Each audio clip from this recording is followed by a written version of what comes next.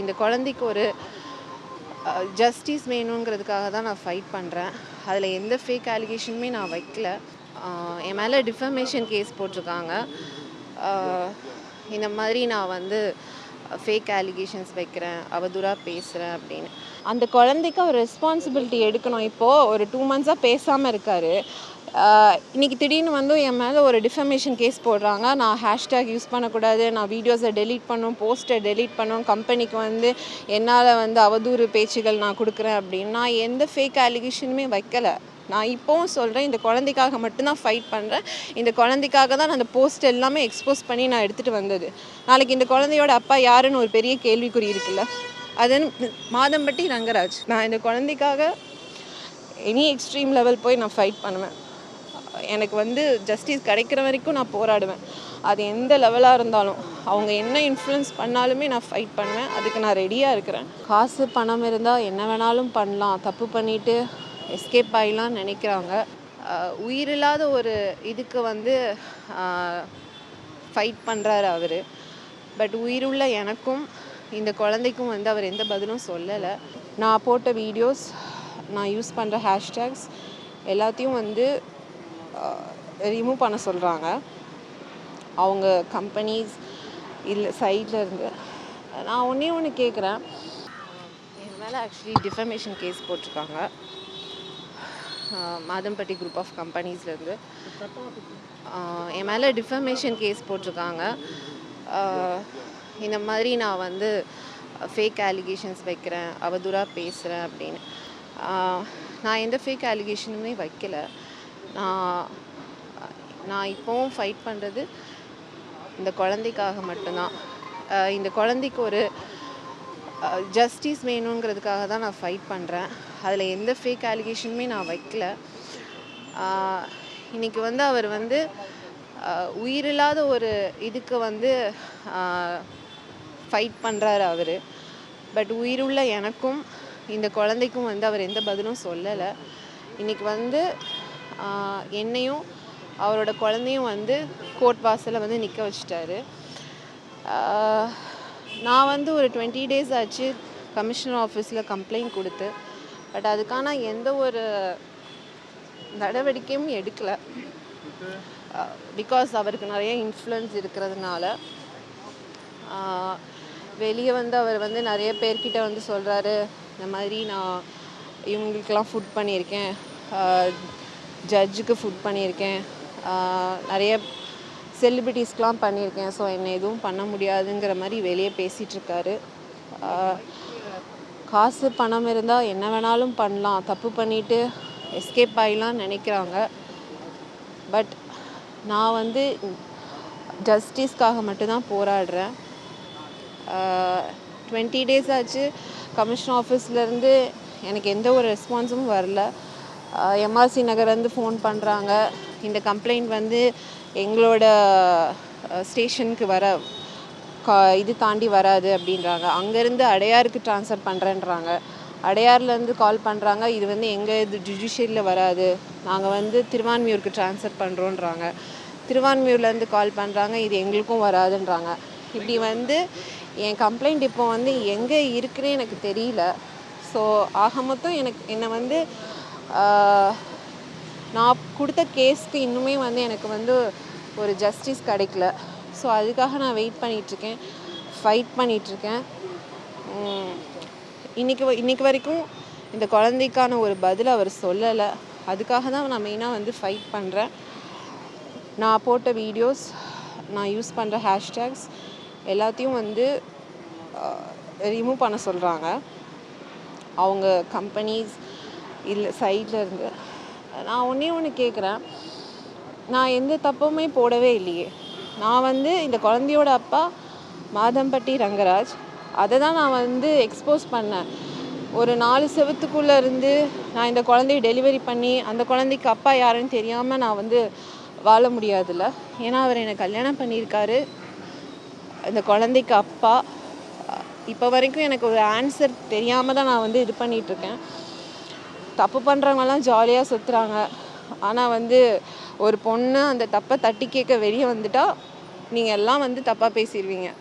நிறைய யூடியூப்ஸில் என்னெல்லாமோ எழுதுறீங்க, யாரோட இன்ஃப்ளூயன்ஸில் நீங்களாம் எழுதுறீங்கன்னு எனக்கு தெரியும். பட் நான் ஒன்று கேட்குறேன், நீங்களாம் எழுதுறீங்கல்ல, உங்கள் வீட்டில் ஒரு பெண் இல்லையா, அம்மா இல்லையா, ஒய்ஃப் இல்லையா, அக்கா தங்கச்சி இல்லையா? நாளைக்கு அவங்களுக்கு இதே மாதிரி ஒரு பிரச்சனை வந்ததுன்னா நீங்கள் எழுதுவீங்களா? அவங்களுக்கான இதை வந்து ஃபைட் பண்ணி வாங்கி கொடுக்க மாட்டிங்களா? ஸோ என்ன மாதிரி ஒரு பொண்ணு வந்து வெளியே வந்துருச்சுன்னா அவதூறாக என்ன வேணாலும் நியூஸ் பரப்புவீங்க. ஸோ இதனால தாங்க நிறைய பெண்கள் வந்து வெளியே வரவே மாட்டேங்கிறாங்க. என்ன ஆனாலும் வந்து வீட்டுக்குள்ளேயே அதை வந்து முடக்கி அவங்கெல்லாம் அந்த வந்து உள்ளுக்குள்ளே தான் ஃபைட் பண்ணுறாங்களே தவிர வெளியே வந்து ஃபைட் பண்ண மாட்டேங்கிறாங்க. இன்றைக்கி நான் ஃபைட் பண்ணுறனால என்னை வந்து அவதூறாக பேசுகிறாங்க, தட்ஸ் ஓகே. பட் இப்போவும் சொல்கிறேன், நான் என் குழந்தைக்காக ஃபைட் பண்ணிகிட்ருக்கேன். எனக்கு ஒரு ஜஸ்டிஸ் வேணும். இன்றைக்கி வந்து இதுக்கு வந்து ஒரு ஆன்சர் தெரியாமல் நான் உட்காந்துட்ருக்கேன். நான் வந்து ஒன்று சொல்லிக்க விரும்புகிறேன். நான் இந்த குழந்தைக்காக எனி எக்ஸ்ட்ரீம் லெவல் போய் நான் ஃபைட் பண்ணுவேன். எனக்கு வந்து ஜஸ்டிஸ் கிடைக்கிற வரைக்கும் நான் போராடுவேன். அது எந்த லெவலாக இருந்தாலும், அவங்க என்ன இன்ஃப்ளூயன்ஸ் பண்ணாலுமே நான் ஃபைட் பண்ணுவேன். அதுக்கு நான் ரெடியாக இருக்கிறேன். இன்றைக்கி வந்து அவரோட குழந்தைய சுமந்துட்டுருக்கேன், அதுக்கு பதில் தெரியல. பட் அந்த குழந்தையே வந்து அவர் வந்து கோர்ட் வாசலில் நிற்க வச்சிட்டாரு. அது வந்து அவருக்கு ரொம்ப பெரிய ஈஸியான ஒரு விஷயமா இருக்குது. பட் குற்றம் இல்லாமல் நிறைய பேர் வந்து வெளியே வந்து ஜாலியாக சுற்றிட்டுருக்காங்க.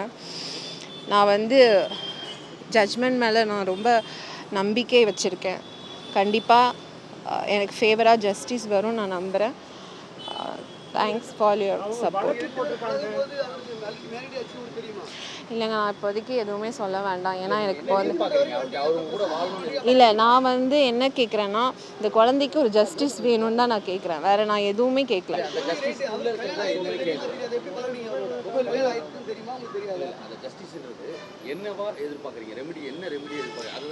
அந்த குழந்தைக்கு அவர் ரெஸ்பான்சிபிலிட்டி எடுக்கணும். இப்போது ஒரு 2 months பேசாமல் இருக்கார். இன்றைக்கி திடீர்னு வந்து என் மேலே ஒரு டிஃபமேஷன் கேஸ் போடுறாங்க. நான் ஹேஷ்டேக் யூஸ் பண்ணக்கூடாது, நான் வீடியோஸை டெலீட் பண்ணணும், போஸ்ட்டை டெலீட் பண்ணணும், கம்பெனிக்கு வந்து என்னால் வந்து அவதூறு பேச்சுகள் நான் கொடுக்குறேன் அப்படின்னு. நான் எந்த ஃபேக் அலிகேஷனுமே வைக்கலை. நான் இப்போவும் சொல்கிறேன், இந்த குழந்தைக்காக மட்டும்தான் ஃபைட் பண்ணுறேன். இந்த குழந்தைக்காக தான் நான் அந்த போஸ்ட் எல்லாமே எக்ஸ்போஸ் பண்ணி நான் எடுத்துகிட்டு வந்தது. நாளைக்கு இந்த குழந்தையோட அப்பா யாருன்னு ஒரு பெரிய கேள்விக்குறி இருக்குல்ல, அது மாதம்பட்டி ரங்கராஜ். அதை நான் வெளியே எடுத்துகிட்டு வந்தால் என் மேலே வந்து நான் ஃபேக் அலிகேஷன் போடுறேன் அப்படின்னு சொல்லிட்டு என்ன அவர் தானே எம்டி சார். நான் வந்து அவரை தானே கல்யாணம் பண்ணார் என்ன. ஸோ அந்த இதை நான் ஹேஷ்டேக் யூஸ் பண்ணேன். நான் வந்து தப்பாகவே எதுவுமே நான் போடவே இல்லையே. ஸோ இன்றைக்கி வந்து அதை வந்து ஒரு பெரிய இஷ்யூ இல்லை. நான் என்ன கேட்குறேன், இல்லை இப்போ வந்து அவர் வந்து டிஃபேம் போட்டு ஒரு நோட்டீஸ் அனுப்புகிறாரு. ஏன் அதை வந்து அவரோட இல்லை ஒரு நிமிஷம் அவரோட குழந்தைங்கிறத வந்து அவருக்கு தோணலையா? இப்போ நான் அலிகேஷன் போடுறேன்னு சொல்லிட்டு என்னை வந்து கார்னர் பண்ணுறீங்க. பட் அது வந்து அவரோட குழந்தை அப்படிங்கிறது அவருக்கு அது மைண்டில் ஸ்ட்ரக் ஆகவே இல்லையா?